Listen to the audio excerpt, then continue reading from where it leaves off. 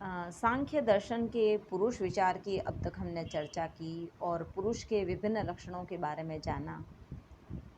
और एक बात जिसके संबंध में चर्चा करी थी वो ये कि सांख्य दर्शन का जो आत्मविचार है या पुरुष संबंधी विचार है, वह न्याय और वैशेषिक के पुरुष संबंधी विचार आत्मविचार से भिन्नता रखता है। न्याय वैशेषिक में आत्मा को स्वरूपतः चैतन्य नहीं माना गया है, क्योंकि वह आत्मा को स्वरूपतः तो चैतन्य से शून्य ही मानता है, परंतु आत्मा का विषय से संपर्क होने पर विभिन्न माध्यमों के द्वारा जब संपर्क होता है तो उसमें चैतन्य का संचार होता है। अब जब हम सांख्य दर्शन के पुरुष विचार को देखते हैं तो हम पाते हैं कि वहाँ आत्मा को स्वरूपतः चेतन माना गया है। चैतन्य का आत्मा में या पुरुष में अभाव कभी भी नहीं देखा जाता।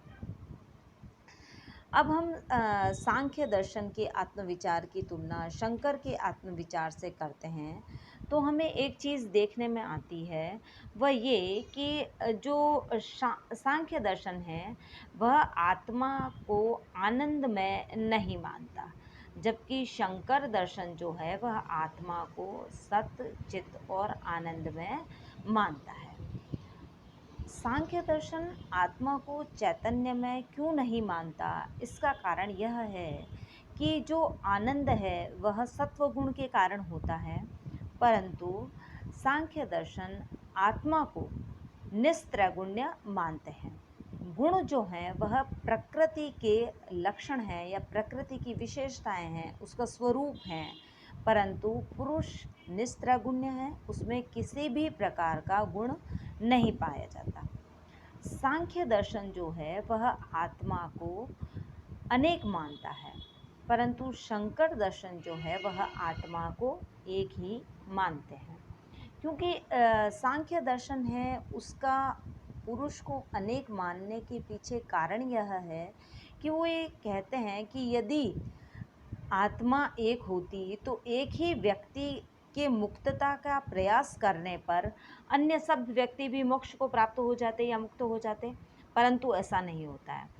हम देखते हैं कि हर व्यक्ति अलग अलग अपना जो प्रयत्न करता है उसके द्वारा ही उन्हें मुक्तता की प्राप्ति होती है, परंतु शंकर दर्शन जो है वह ये मानते हैं कि आत्मा जो है वह एक ही होती है।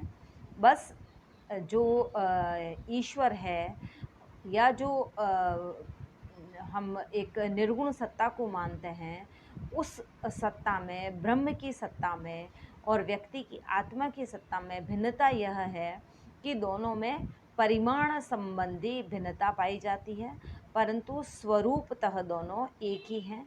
तो आत्मा जो है वह एक ही होती है और सांख्य दर्शन आत्मा को अनेक मानता है।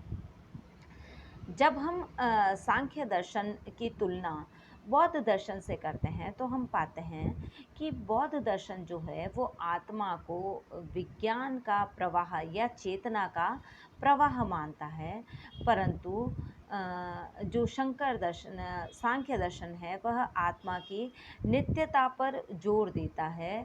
वह आत्मा में किसी भी प्रकार का विभाजन नहीं मानता है।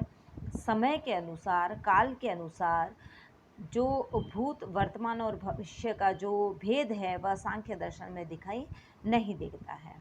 अब जब हम सांख्य दर्शन की तुलना चार्वाक दर्शन से करते हैं तो हम पाते हैं कि सांख्य दर्शन जो है वह आत्मा को अभौतिक मानता है, जिस प्रकार अन्य भारतीय दर्शन मानते हैं, जबकि चार्वाक दर्शन है वह आत्मा को भौतिक मानता है। वैसे तो चार्वाक दर्शन आत्मा की सत्ता को स्वीकार ही नहीं करता, परंतु अगर किसी चैतन्य सत्ता को मानना भी हो तो वह चार भूत जो हैं आपस में जिन विभिन्न अनुपात में वो मिक्स होते हैं, उनका जो आपस में मिलन होता है, मिश्रण होता है, उसी से चैतन्य गुण का प्रादुर्भाव हो जाता है। किसी भी प्रकार की अन्य अभौतिक सत्ता को आत्मा के रूप में चार्वाक दर्शन स्वीकार नहीं करता है। इस प्रकार पुरुष जो कि सांख्य दर्शन में एक चैतन्य सत्ता का प्रतिनिधित्व करता है, उसको हमने समझा और उसकी विभिन्न दर्शनों में जो आत्मविचार हैं उससे तुलना की। अब हम पुरुष के अस्तित्व के जो प्रमाण हैं उनको हम नेक्स्ट वीडियो में समझेंगे।